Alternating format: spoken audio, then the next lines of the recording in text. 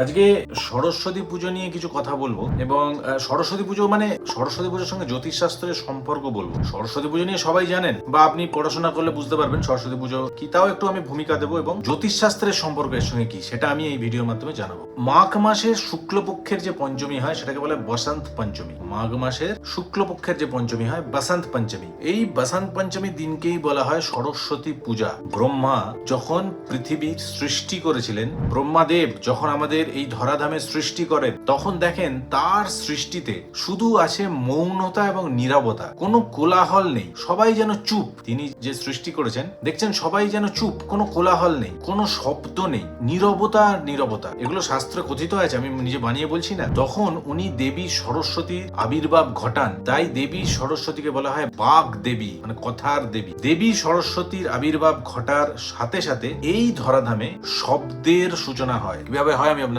বলছি। প্রথম, দেবী সরস্বতীর সঙ্গে জ্যোতিষশাস্ত্রে ডাইরেক্টলি লিঙ্কড হচ্ছে বৃহস্পতি দেব। কেন? বৃহস্পতি দেব জ্ঞানের কারক গ্রহ, জ্ঞান। বৃহস্পতি দেব বুদ্ধিমত্তার কারক গ্রহ, নলেজ, পড়াশোনা। বৃহস্পতি দেব যাদের ছকে দেখবেন একটু খারাপ থাকে, নিচস্থ, মকর রাশির ঘরে বসে আছে, বা বৃহস্পতি কোনোভাবে কম্বাস্টেড হয়ে গেছে, বা কোনো খারাপ গ্রহ দ্বারা দুষ্ট, তো এই বৃহস্পতি দেব যদি ড্যামেজ হয় তার পড়াশোনা কিন্তু বাধা আছে। সরস্বতী দেবীর আরাধনা কিন্তু অত্যাবশ্যক। এবং দেখবেন বৃহস্পতি আমাদের ছকে দুটো ঘরকে কন্ট্রোল করে, ধনু এবং মীন, এবং দৃষ্টি দেয় হচ্ছে তিনটে, 5 নম্বর ঘর, 7 নম্বর ঘর এবং 9 নম্বর ঘর। তিনটে দৃষ্টি বৃহস্পতি। তাহলে তিনটে দৃষ্টি দুটো ঘরকে কন্ট্রোল করছে। 5টা ঘর, হরোস্কোপের 12টা ঘরের মধ্যে 5টা ঘর, প্রায় 50% বৃহস্পতি দেবের কন্ট্রোলে। তাহলে বুঝতে পারছেন সরস্বতী পুজোর মাহাত্ম্য। দ্বিতীয়, সরস্বতী দেবী আমাদের কলার কারক গ্রহ। কলা মানে সঙ্গীত কলা, আপনার যে কোনো ধরনের ক্রিয়েটিভ ফিল্ড, যেটা শুক্রদেবকে ডিনোট করে, তার সঙ্গে কিন্তু সরস্বতী দেব কানেক্টেড। বাক প্রতিভা, যারা সেলসে কাজ করে সরস্বতী দেব কানেক্টেড। যারা টিচিং লাইনে আছে সরস্বতী দেব কানেক্টেড। যারা যে কোনো মিউজিক ফিল্ডে কাজ করে সরস্বতী দেবী কানেক্টেড।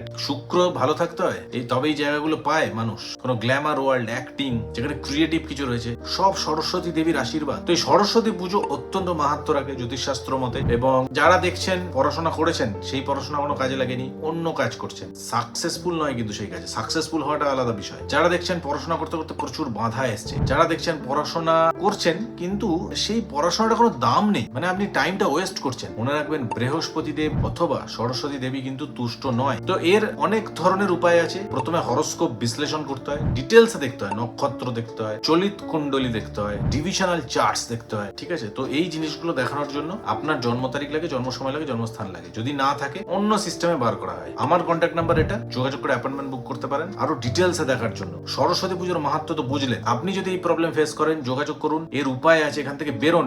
টাইম কিন্তু পেরিয়ে যাচ্ছে, যারা স্টুডেন্ট টাইম পেরিয়ে যাচ্ছে, যারা সেলসে কাজ করেন টাইম পেরিয়ে যাচ্ছে, যারা ক্রিয়েটিভ ফিল্ডে আছেন টাইম পেরিয়ে যাচ্ছে, যারা কথার মাধ্যমে কাজ করেন টাইম পেরিয়ে যাচ্ছে। যোগাযোগ করুন, উন্নতি আমি দিতে পারবো। ধন্যবাদ।